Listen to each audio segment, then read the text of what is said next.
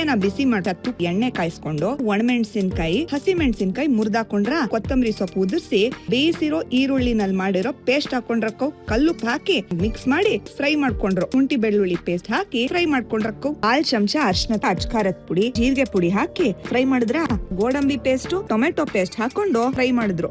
ಎಣ್ಣೆ ಎಲ್ಲ ಬಿಡ್ಬೇಕು ನೋಡು.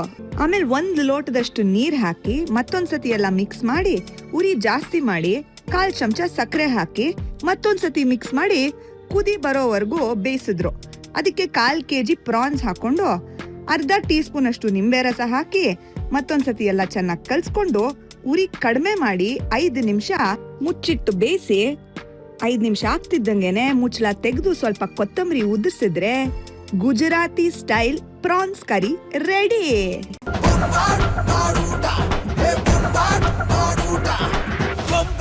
ಬಾಡೂಟ